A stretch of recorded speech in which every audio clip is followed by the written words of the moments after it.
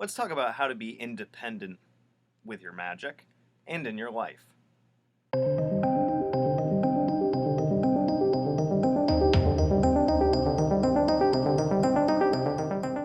So this is going to be one of those unstructured rants that I didn't exactly write a script for or plan for. Probably a couple of jump cuts, I'd assume.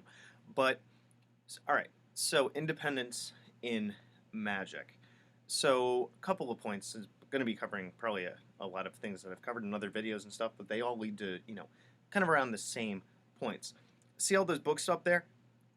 Those are learning tools. Those are not exactly things that you should 100% follow. The Simon Necronomicon is different because it has a ritual structure and all that stuff. And, I've talked all about that where specific chants and phrases are specific chants and phrases and they have a formula and stuff.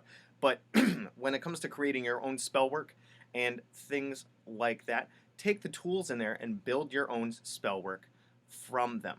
Okay? So they teach you the recipes, they teach you how to create spells, but it's up to you to personally adapt them. Write your own spells, do your own work, okay? Your life is what you make of it. Each of us kind of have our own universe that comes from our point of view. We manifest what we think about, whether it's what happens to us in a particular conversation, how we do at work. You feel like crap, your performance at work is going to be like crap. You feel great, then your performance at work is going to feel great. Same thing with magic. You walk into your temple or ritual space, and you really don't think that it's going to work out. Guess what? It's not. You walk in there like a boss, and you feel like this is really going to happen for you when you do this spell because you are a boss and you manifest your reality. That's exactly how it's going to work. Just like normal, mundane, everyday things, when we do magic, we are not going to ask a spirit or an entity or a god or a goddess or what have you to give us what we want. We can ask for their help and assistance, but it's up to us. Like I always say with the magical sandwich, you have the mundane action, that's up to you. You have the spell work, also up to you to put together and complete and all that. Structure it well with your knowledge. And then the mundane action afterwards to follow through with what your set intention is. That is all up to you. If you do the work, then the results will come. If you don't do the work and you're just sitting there, that's like wishing to win the lottery and not even buying a lottery ticket.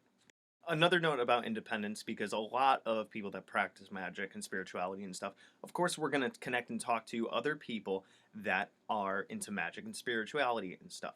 Taking other people's advice is great, but don't necessarily do exactly what someone else does because it's not personally flavored. It's going to feel a lot different and probably be a lot more effective if you do something out of your own energies and your own creativity and your own ideas rather than somebody just telling you to do this, that, the other thing, and things will come.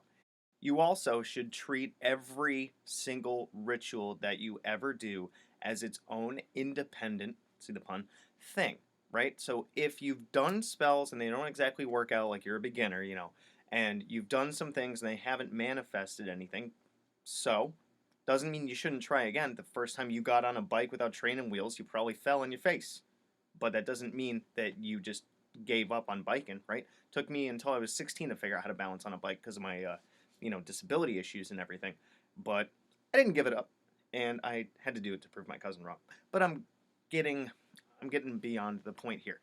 So, even when you are doing things like journeys and even the gate walking and any type of magical experience, don't let somebody tell you what it is going to be like. Don't let them tell you what it's going to feel like when you invoke something.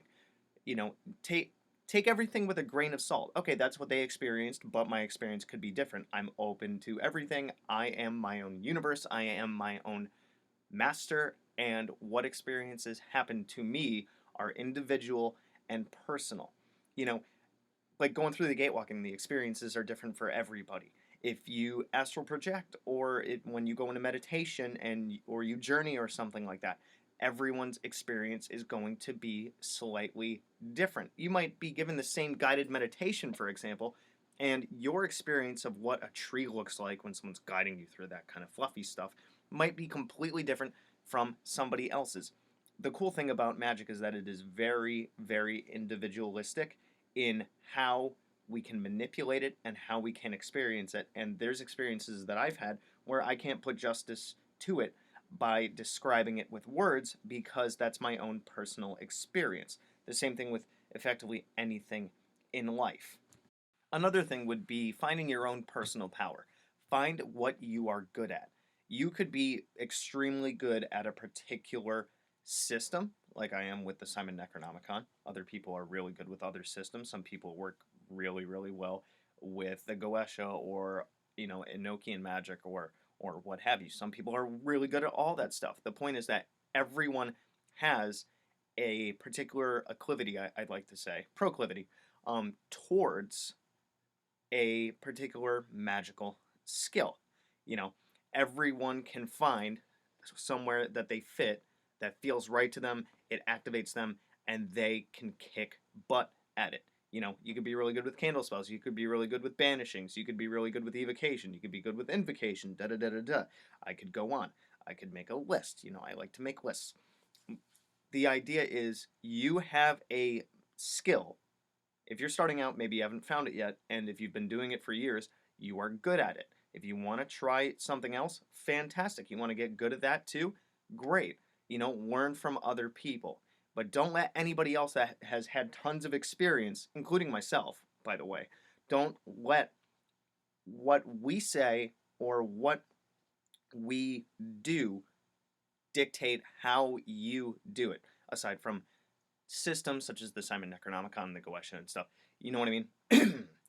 The idea is to form and forge your own path with magic and make your world what you want it to be. Good hunting. Thanks for watching my video. So if you want to check out my playlists, I have, among others, the Simon Necronomicon, the Tree of Life, General Magic, Tulpamancy, a playlist on my books, the elements, stones, the theories that govern magic, and the gods and goddesses of Mesopotamia.